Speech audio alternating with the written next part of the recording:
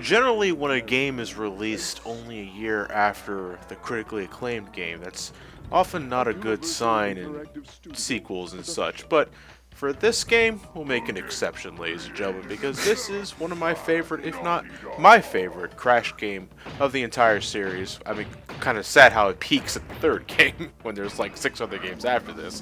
But with that, whatever. We got Crash Bandicoot Warped. It's actually Crash Bandicoot 3, but the 3 is kind of awkwardly positioned. No, It sort of forgot to be part of the title up there. Yeah.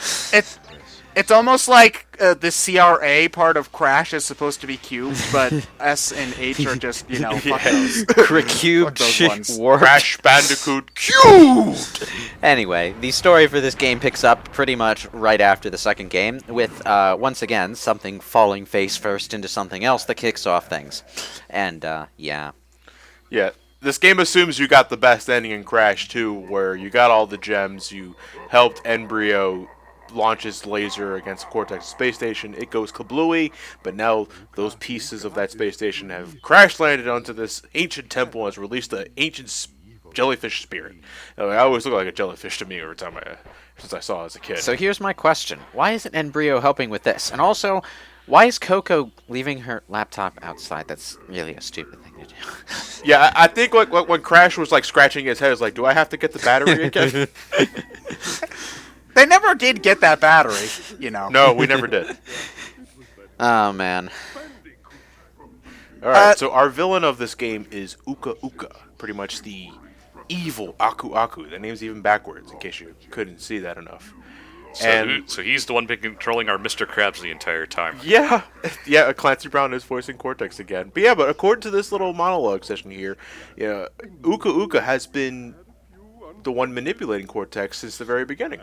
All just to get him out of his ancient prison. Yeah. Well, if that's the case, then why didn't he just blow it up with the giant robots that he had instead of, experimenting on animals? Well, okay, let's give Uka Uka here the benefit of the doubt. Okay, he's an ancient magical witch doctor mask from Lord knows how many centuries ago. They didn't even have space stations back then, so the idea of dropping one on his prison probably didn't occur to him. Well, you don't need to drop one. He had, a goddamn battleship in the first game, didn't he? That he could have just blew... It's just rock. He could have blown up the rock. I think Uka Uka just laid it on Cortex's head that you need the crystals and gems to get me out of this prison. But, as the beginning of this game says, no, you can just throw a space station on top of the fucking thing and you'll get the same result. Giant metal space station dropped from outside of the atmosphere trumps wimpy little blimp. But which I'm surprised didn't do more damage. I'm surprised it didn't wipe out all of Australia. But whatever. Australia, you mean? Yeah, that continent has enough dangerous shit as it is. It doesn't need to be number... I don't know. How do you transcend number 1 in the most dangerous continent in the entire fucking world? Number 0? I guess. Everything goes back to 0. Cortex, what happened to the rest of your body? One thing I gotta say is that, okay, this was... What year did this come out? 98. So, this was about the same year that Sonic Adventure came out on the Dreamcast in Japan. Probably earlier on in the year, I would assume. Crash 3 was November of 98. Oh, so it was around the same time. Yeah. On previous gen hardware. And damn. I gotta tell you, even from the get-go with the PlayStation 1, Naughty Dog knew what they were doing with the hardware. Yeah. They really did. Yeah, but okay. It wasn't until... Crash 2 that they got mouth animations, right? Oh, yeah. And they really nailed it here with Cortex and Uka Uka and Aku Aku. Not so much with the other characters, because their teeth are weird. Yeah. Yeah, but, you look at this, you look at the animations on this, and then you wonder, okay, why the fuck does Sonic have duck mouth? It's honestly... Is that what you call it? I think it's an effort thing because, from what I can tell, there are less dialogue scenes in this game than there are in Sonic Adventure. Oh yeah. So it looks to me like every scene was hand animated to match perfectly. Whereas in Sonic Adventure, there was a lot of dialogue in that game, so they made something stock and applied it to everything. Now, granted, it still looks terrible even for stock animations, but still. Yeah, but then Sonic Adventure 2 I know what you're getting. comes I know along. what you're getting at. Then Sonic Adventure 2 comes along, and they're doing hand animations for everything. Well, unique animations for everything, I should say. But I would say SA2 has less dialogue than SA1. Yeah.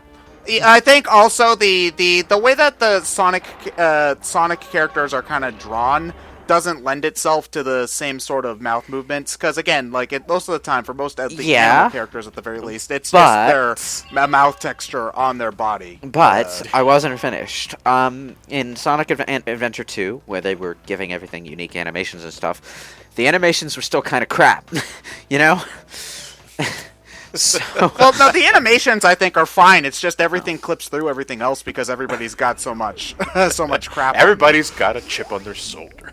Anyway, Crash Bandicoot 3. It's only been 5 to 6 minutes, and we were just only talking about Sonic. Yeah, I think that has to be a new record. This is a BrainScratch commentary. Yeah, well, you can't spell BSC without BS. I find it kind of amusing that, you know, these PlayStation 1 games fare better in the overall visual aging department. Particularly in animations, but in everything else as well. So, you know. Yeah. Crash Bandicoot 3 was a Christmas gift for me in '98. I go back to his launch year with this one. This is also one of the first games I ever played with, and this was new at the time, DualShock. Yeah. Vibrating controllers. Ooh, and you feel fancy. it as early as this stage. The second stage of the game has the little jet skis things here. Your controller is constantly shaking when you're on this thing, and it's so therapeutic. Hand massage. Yeah, it is so goddamn therapeutic to your hands. Like, I was like, wow, this is amazing. Like, it's Early Rumble is just weird though, because like nowadays it's actually used to kind of make it a little bit like improve your gameplay a little bit. Like there are some instances in say like Hyrule Warriors where your controller will vibrate slightly if an attack is close to you and a lot when you're hit, making it more clear when you're getting hit.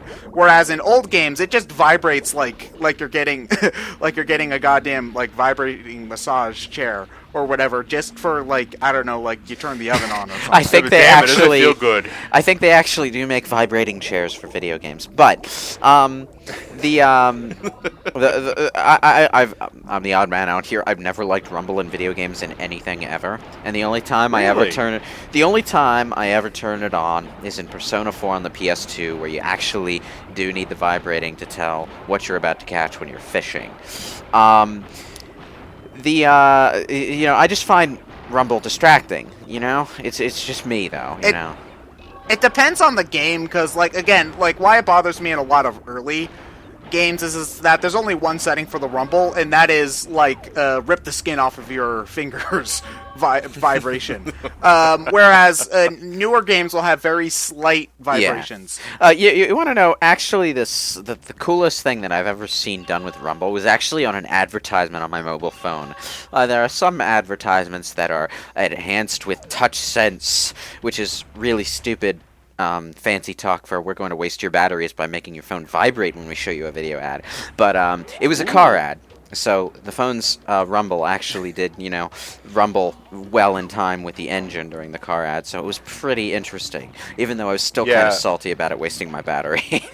Rumbling here compared to rumbling now is different because I think in PlayStation 1, even with the N64 and the Rumble Pack, which I've never experienced, only had one level of vibration. In today's, you know, there are different levels of oscillation to represent what's going on the screen. And I don't remember if the controller vibrates for the Tiger sections, but, you know, Crash 3, if we're getting back to the game here, it pretty much continues where Crash 2 left off. Though, because of the time-traveling gimmick and because Naughty Dog really wanted to go balls to the walls and nuts with the third entry of the series, we got a lot more gimmicks. As you know, you got the standard linear hallways, we have swimming levels, we have the animal levels, which are Coco levels, we have jet skis, motorcycle levels. Am I missing anything? The biplanes. Yeah, let this one part actually stand up for what kind of variety Crash 3 brings to the table.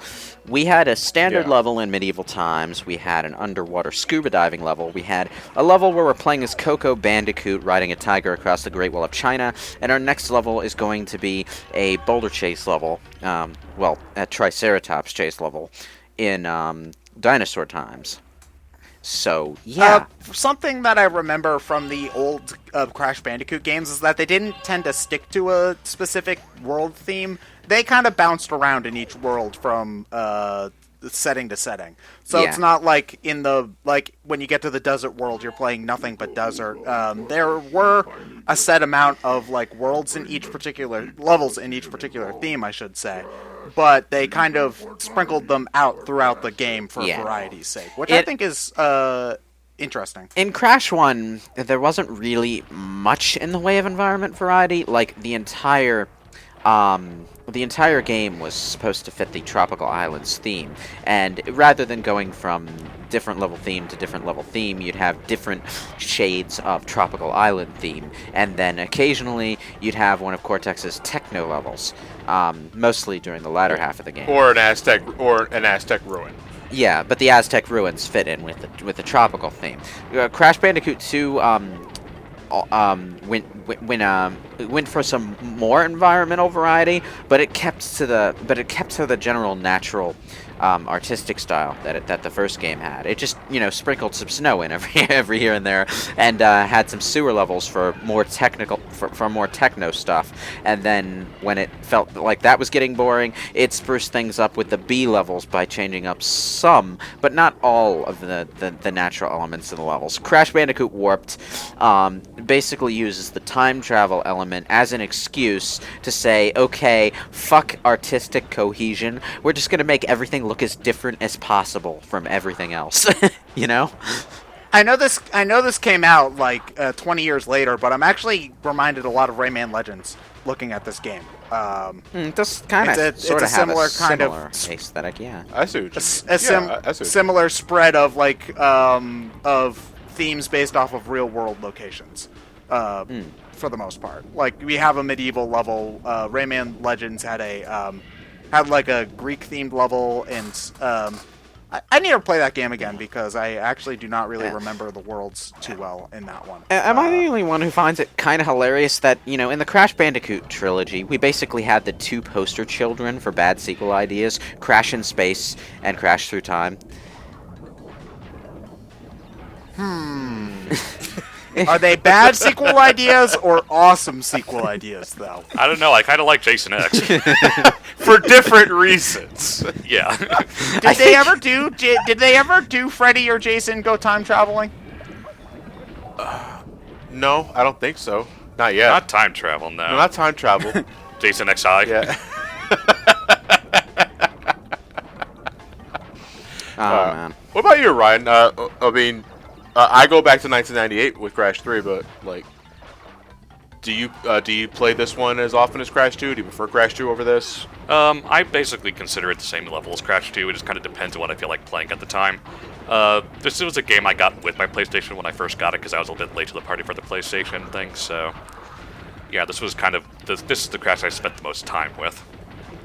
Oh man, so when we're talking about the name of the game here, it's really no different. You could collect boxes, you break all the boxes in a level, you get a box gem. Your goal is to crystals, 25 in each level. And this is the end of the part, honestly. We can go more into the mechanics when we begin part 2, because we got our Sonic tangent out of the way and our DualShock tangent out of the way. So we blew our load too early, guys. Oh man, we've got 9 more parts. What are we going to talk about? Well, we didn't go into the third Crash MacGuffin, Bandicoot? so Nah, that would be stupid. No. Oh, well, there was a dinosaur on screen right now, so obviously we need to spend the next 3 parts reminiscing about Barney the Purple Dinosaur.